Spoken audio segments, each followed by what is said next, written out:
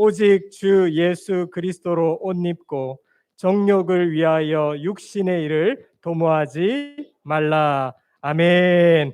네, 한 주간 가장 밝은 얼굴로 우리 앞뒤 좌우 반갑습니다. 잘 오셨습니다. 이렇게 인사하겠습니다. 반갑습니다. 잘 오셨습니다. 환영합니다. 축복합니다. 잘 오셨습니다. 오늘 몇 월 며칠인지 아시죠? 오늘 8월 15일 광복절입니다.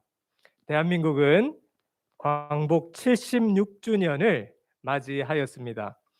1945년 8월 15일 36년 동안 일본 제국으로부터 압제를 당하다가 자유와 해방을 되찾게 된 우리나라의 경축일이죠. 자막을 보시면 1876년 고종 13년 때에 일본에 의해서 강압적으로 불평등 조약인 강화도 조약을 맺게 됩니다. 이것을 계기로 인해서 일본의 간섭을 받아왔던 우리나라는 청일 전쟁과 러일 전쟁에서 승리한 일본에 의해서 역사상 처음으로 우리의 국권을 빼앗긴 치욕적인 날을 맞이하게 됩니다. 그날이 1910년 8월 29일 경술련에 일어났다고 해서 경술국치라고 부릅니다. 그래서 우리는 우리 대한민국의 주권 나라를 일본에 빼앗기고 말게 된 것이죠. 자료를 찾아보았더니 한일 합병 조약 제1조에 이렇게 기록되어 있습니다. 한국 전부에 관한 일체의 통치권을 완전히 또한 영구히 일제에 넘길 것. 다시 한번 읽어드릴까요? 한국 전부에 관한 일체의 통치권을 완전히 또 영구히 일제에 넘길 것. 이게 한일합병 조약의 제1조 문장입니다. 설교를 준비하면서 이 문장을 읽는데 눈물이 날 것 같더라고요. 그렇게 시작된 일제 36년간의 생활은 너무도 비참했죠. 대한민국의 기본권은 박탈당했고 강제노동, 강제징병, 강제징용, 위안부 등으로 고통을 겪어야 했습니다. 우리나라의 역사, 언어, 문화까지 탄압받았고 심지어는 이름과 성까지도 쓰지 못하도록 하며 일본식으로 개명을 해야 했죠. 대한민국 방방 곳곳에 세워진 교회는 신사참배를 강요받았습니다. 일본의 전쟁 물자 공급을 위해서 우리나라의 모든 것들을 사용하고 약탈하였습니다. 그러나 일제 억압과 탄압 속에서도 조국의 해방을 위해 독립운동은 끊임없이 일어나게 되었습니다. 해외에서는 임시정부가 수립되었고요. 광복군 등의 조직이 생기면서 항일 투쟁이 일어나게 되었죠. 수많은 의병들과 독립군들이 일본군에 맞서서 용감히 싸웠습니다. 국내외적으로 독립을 위한 노력이 계속되던 가운데 연합군에 의해서 1945년 8월 6일 히로시마에 원자폭탄이 투하되었고 3일 지나고 8월 9일 나가사키에 원자폭탄이 떨어졌습니다. 일본은 1945년 8월 15일 무조건 항복을 선언하게 되었습니다. 사랑하는 성도님 여러분, 그리하여 꿈에 그리던 자유와 해방의 광복을 얻게 된 것이죠. 지금 우리는 마음껏 자유와 해방을 누리면서 평화롭게 살아가고 있으니 얼마나 감사한 일이며 얼마나 다행스러운 일입니까? 더욱이 비참했던 우리 조국 대한민국이 지금은 세계에서 강대국들과 어깨를 나란히 할 정도로 국력을 가지게 되었으니 얼마나 감사하고 자랑스러운 일입니까? 오늘 광복절을 맞이하여서 우리는 이런 대한민국을 허락하신 하나님께 감사드리지 않을 수가 없습니다. 그러나 사랑하는 성도님 여러분, 이 시간 말씀드리고자 하는 것은 이것만이 광복의 전부가 아니라는 것입니다. 정치적으로 주권을 되찾고 자유와 해방을 얻었고 또 신체적으로 자유와 해방을 얻었다고 해서 이게 다 광복의 전부가 아닙니다. 우리 사람은 육체만 가지고 있는 것이 아니라 영혼을 가진 존재이죠.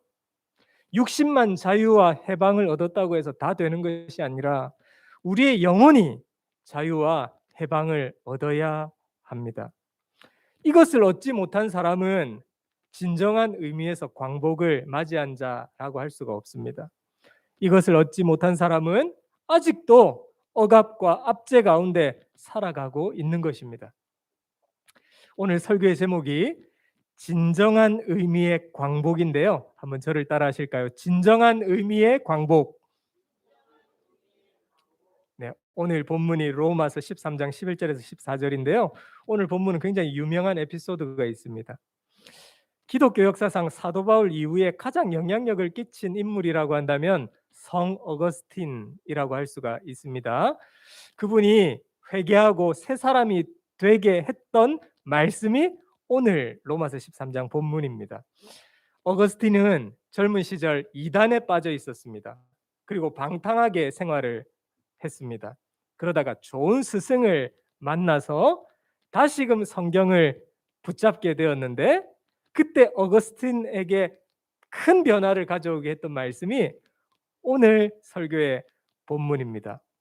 성도님 여러분, 좋은 만남 앞으로 계속 일어나게 되기를 간절히 축원합니다. 어거스틴이 이단에 빠져 있는데 좋은 스승을 만나 다시금 성경을 잡고 변화되게 된 것이죠. 오늘 본문을 펼쳐보았더니 이렇게 기록되어 있는 것입니다. 너희가 이 시기를 알거니와 자다가 깰 때가 벌써 되었으니, 이 본문의 말씀이 성 어거스틴의 마음을 강력하게 두들겼던 것이죠. 그래서 내가 새 사람이 되어야 되겠구나. 그리고 변화되게 된 것입니다. 오늘 우리가 읽은 로마서 13장 이 본문이 동일하게 우리 모두에게 능력의 말씀, 은혜의 말씀으로 역사하게 되기를 간절히 축원합니다. 오늘 본문을 통해서 크게 세 가지를 우리가 알 수 있습니다. 오늘 본문은 무엇을 말하는가? 첫 번째로 시기를 알라라는 것입니다. 우리 자막 13장 11절 함께 읽어보실까요? 시작. 또한 너희가 이 시기를 알거니와 자다가 깰 때가 벌써 되었으니 이는 이제 우리의 구원이 처음 믿을 때보다 가까웠습니다. 또한 너희가 무엇을 알거니와 이 시기를 알거니와, 시기를 알라. 지금 이때가 어떤 때인지, 지금 이 시기가 어떤 시기인지 알라는 것입니다. 그러면 어떤 시기라는 것인가? 그 밑에 보니까 이는 이제 우리의 구원이 처음 믿을 때보다 가까웠습니다. 우리의 구원이 가까웠다는 말을 하고 있습니다. 그래서 지금 자다가 깰 때다, 이런 말을 하는 것이죠. 우리의 구원이 가까웠다. 다시 말하면 구원의 완성의 때가 가까웠다. 다시 말하면 주님 앞에 설 때가 가까웠다. 다시 말하면 주님 앞에 설 날이 가까웠다. 다시 말하면 내가 천국 갈 때가 가까웠다. 좀 더 쉽게 말하면 내가 죽을 날, 돌아가실 날이 더 가까웠다. 때가 가까웠다. 이 시기를 알라라는 말씀입니다.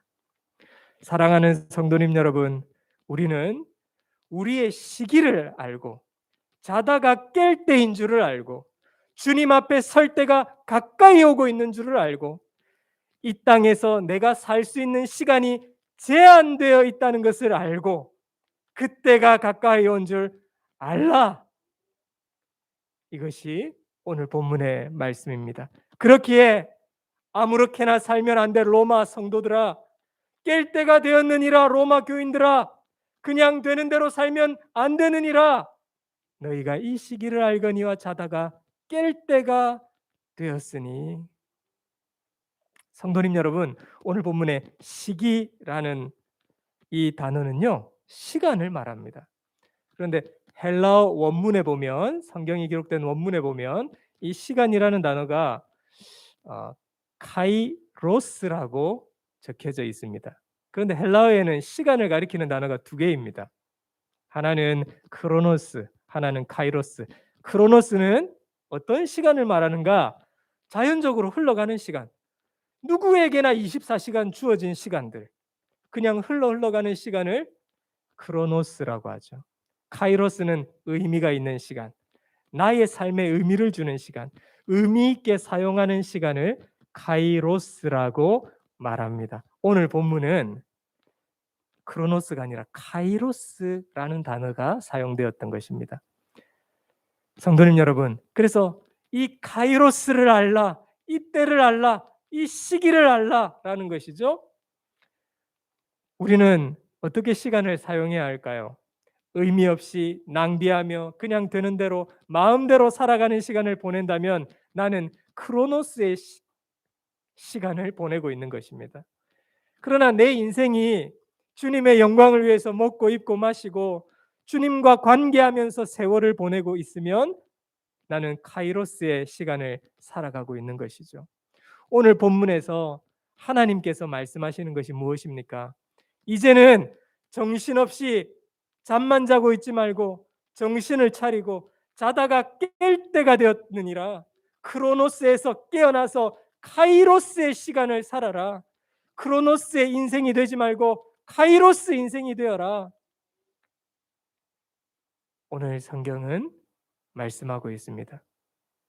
성도님 여러분, 이제 우리는 시간을 의미 없이 헛되이 쓸모없이 흘러보내는 크로노스의 인생을 살지 말고 잠에서 깨어나서 시간을 정말 의미 있게 알차게 유용하게 사용하는 카이로스 인생으로 살게 되기를 간절히 축원합니다. 오늘 이 본문 영어 성경에 보면요, 자다가 깰 때가 되었다. 어떻게 되어 있는가 하면 영어로 wake up from your slump. 슬럼프 아시죠? 슬럼프에 빠지다. 슬럼프로부터 자다가 깨어라. 슬럼프에서 일어나라 이 말입니다. 의욕 상실의 상태에서 일어나고 자포자기한 상태에서 일어나고, 오늘 양은미 집사님 기도하실 때 영적 무기력에서 깨어나게 하소서 이렇게 기도하셨죠. 그 슬럼프, 영적 무기력에서 일어나라. 지금 깰 때가 되었느니라. 이 시기를 알라. 오늘 성경은 이렇게 말씀하고 있습니다. 베드로 사도가 베드로전서 4장 7절에서 이렇게 말했죠. 우리 함께 읽어보겠습니다. 시작. 만물의 마지막이 가까이 왔으니 그러므로 너희는 정신을 차리고 근신하여 기도하라.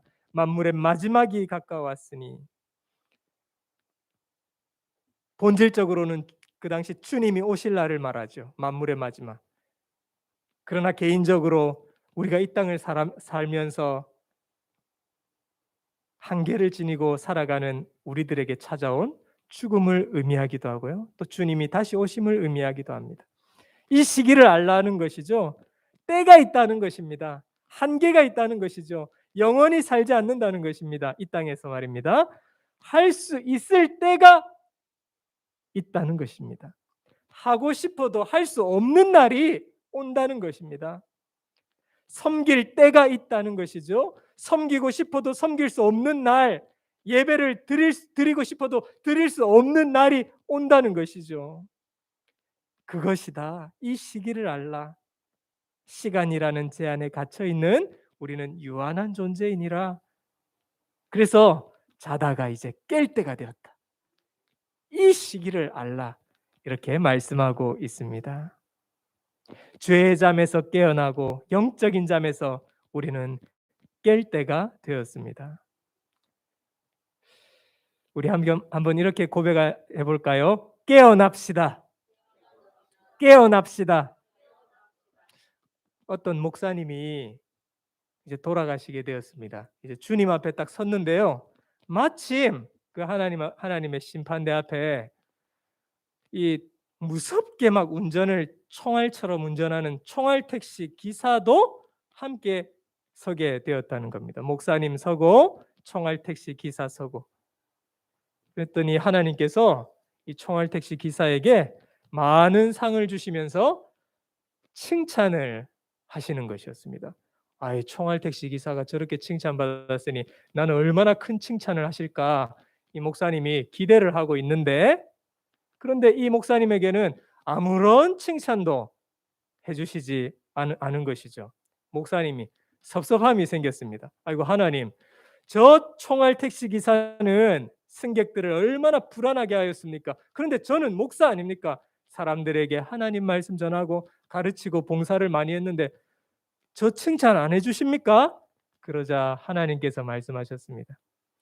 저 총알 택시 기사는 운전할 때 얼마나 총알처럼 위험하게 운전을 하든지 타고 있던 승객들을 벌벌 떨게 만들면서 아이고 하나님 살려주세요 하면서 기도하게 했는데 너는 설교할 때마다 교인들 다 졸게 만들었지 않느냐.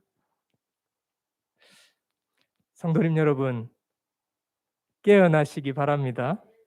예. 저도 천국 가서 상을 받아야 하지 않겠습니까?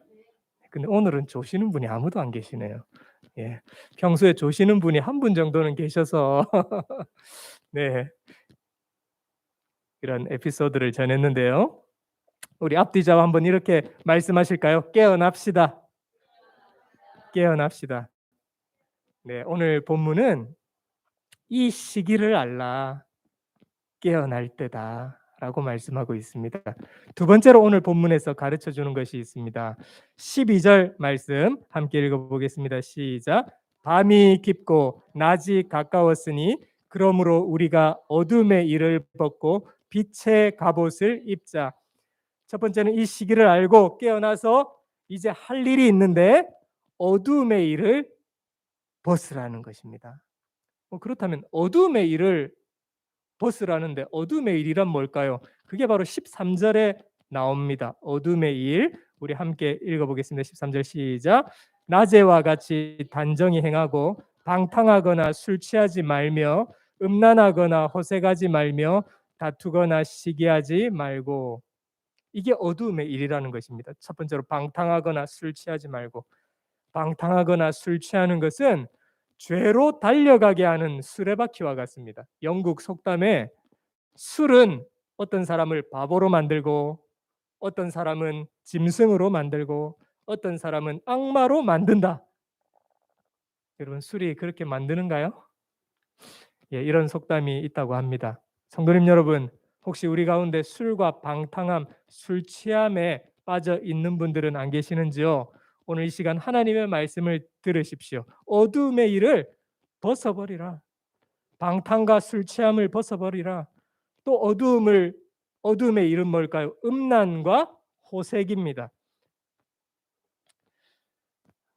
술 취함과 방탕은 어느 죄로 빠지게 하는가? 음란의 죄로 빠지게 하죠.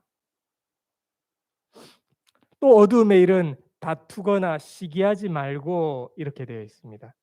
다툼과 시기하는 것 이것도 어둠의 일입니다. 교회가 다투고 시기하는 것은 어둠의 일을 하는 것입니다. 다투고 시기하는 것은 어둠의 일을 아직도 벗지 못한 것이고 자다가 깰 때가 되었으니 깨어 있지 못한 것과 같습니다. 그래서 오늘 본문을 말하죠. 이 시기를 알고 깰 때라. 이 시기를 알라. 두 번째, 어둠의 일을 벗어버리라. 벗으라는 것이죠. 세 번째로 어둠의 일을 벗어버린다면 그 다음에 할 일은 오늘 12절 말씀 다시 한번 읽겠습니다. 시작. 밤이 깊고 낮이 가까웠으니 그러므로 우리가 어둠의 일을 벗고 빛의 갑옷을 입자. 여러분 벗었으면 뭐 해야 됩니까? 입어야 되죠. 어둠의 일은 벗고 빛의 갑옷을 입으라는 것입니다. 그러면 도대체 빛의 갑옷이 뭔가? 오늘 본문 14절이 빛의 갑옷을 말합니다. 시작. 오직 주 예수 그리스도로 옷 입고 정욕을 위하여 육신의 일을 도모하지 말라. 어둠의 옷을 벗고 빛의 갑옷을 입어야 되는데 빛의 갑옷은 14절에 나오는 예수 그리스도로 옷 입으라. 예수님을 입으라는 것입니다. 예수의 옷을 입으라는 것이죠. 성도님 여러분, 예수 그리스도의 옷은 어떻게 해준다는 걸까요? 무엇? 예수님의 옷이 도대체 무엇을 해주길래 예수 그리스도로 옷 입고 예수로 옷 입으라 이렇게 말을 하고 있을까요? 예수 그리스도의 옷을 입으면 나의 부끄러움을 가리워 줍니다. 여러분, 옷은 부끄러움을 가리워 주는 역할도 하죠. 예수님으로 옷을 입고 예수의 옷을 입으면 나의 죄를 그 옷이 가리워 주는 것입니다. 그래서 하나님이 죄 지은 저를 보실 때에 내가 예수로 옷 입었기 때문에 그것을 면제해 주시는 것이죠. 심판대에서 면제받는 것입니다. 예수님의 옷은 우리의 더러운 죄를 눈보다 더 희게 만드시는 능력이 있는 것임을 믿습니다. 그래서 갈라디아 3장 27절에 이렇게 기록합니다. 누구든지 그리스도와 합하여 세례를 받은 자는 그리스도로 뭐 입었느니라, 옷 입었느니라, 이렇게 되어 있습니다. 요한계시록에 보면 예수 그리스도로 옷 입은 자가 구원받는다. 또 요한계시록에는 그리스도의 피로 내 옷을 빤 자가 구원을 얻는다. 목사님, 좀 어려운데요. 도대체 그리스도로 옷 입는다는 것이 뭐죠? 목사님, 참 어렵습니다. 예수 그리스도의 피로 내 옷을 빤다는 것이 뭐죠? 참 어렵죠. 그 모든 문장 표현을 그냥 한 문장으로 줄이면 예수 믿는다입니다. 진짜 예수 믿는다, 이 말입니다. 예수 그리스도로 옷을 입으면요, 우리의 부끄러운 죄도 가려 주시는데 우리를 보호해 주십니다. 예수 그리스도의 옷은 전신갑주입니다. 음부의 권세가 절대 이기지 못하는 방패요 무기입니다. 사랑하는 성도님 여러분, 예수님으로 옷 입고 살아가시기를 간절히 바랍니다. 그런데요, 끝까지 고집 부리고 예수 그리스도라는 옷을 거부하는 자들이 너무도 많습니다. 끝까지 고집을 부리고 예수 그리스도라는 옷을 입지 않으려고 하는 자들이 있습니다. 성경은 마지막 날에 슬피 울며 천국에 들어가지 못하게 된다고 말씀하고 있습니다. 아무나 천국 가는 것이 아닙니다. 착하다고 가는 것이 아닙니다. 거기에는 직분도 소용없습니다. 하나님, 제가 목사인데요, 소용없습니다. 하나님, 제가 60년 교회 다녔는데요, 그 앞에서는 그런 것도 소용없습니다. 누가 가는가? 누가 천국 들어가는가? 예수 그리스도의 옷을 입은 자가 천국 들어갑니다. 목사님, 너무 어려운데요? 예수 믿는 자가 천국 들어간다는 것입니다. 예수님으로 옷을 입은 자야말로 진정한 의미의 광복을 얻은 자인 줄 믿으시기 바랍니다. 76년 전 조국 대한민국에서 광복을 허락하신 우리 하나님, 정말 감사드리지 않을 수가 없습니다. 광복, 한자어로 빛, 광자를 씁니다. 빛을 되찾았다라는 것이죠. 오늘 8월 15일 76주년 광복절을 맞이하여서 도대체 그 빛이란 무엇일까요? 예수님께서 이런 말씀을 하셨습니다. 우리 함께 읽어볼까요? 시작. 예수께서 또 말씀하여 이르시되 나는 세상의 빛이니 나를 따르는 자는 어두움에 아니하고 생명의 빛을 얻으리라. 나는 세상에 뭐라고요? 빛이라. 예수님이 말씀하셨습니다. 내가 빛이다. 그래서 빛이신 예수님을 마음에 모시지 않는다면, 주님과 함께 살지 않는다면, 이 빛 대신 예수님을 믿고 살지 않으면 진정한 광복을 얻었다고 할 수 없습니다. 그래서 성도님 여러분, 진짜 예수 잘 믿고 사시고, 진짜 예수 그리스도로 옷 입고 사시고, 예수 그리스도의 피로 내 옷을 빨아 정말로 주님께서 주시는 참 빛, 그 광복을 누리시는 우리 모두가 되시기를 간절히 바랍니다. 아직도 대한민국 방방곳곳에 주님을 모르는 자들이 많죠. 76주년 광복절을 맞이하였지만 정말 영원히 생명의 빛 대신 주님을 만남으로 참된 광복을 누리는 조국 방방곳곳 대한민국 되기를 간절히 축원합니다. 그리고 덧붙여서 이 진정한 의미의 광복이 이 47 都道県 주님을 알지 못하는 일본의 영혼들에게도 흘러가게 되기를 주님의 이름으로 간절히 축원합니다. 아멘. 오늘 말씀 생각하면서 찬송하며 하나님께 헌금 드리겠습니다. 찬송가 550장입니다.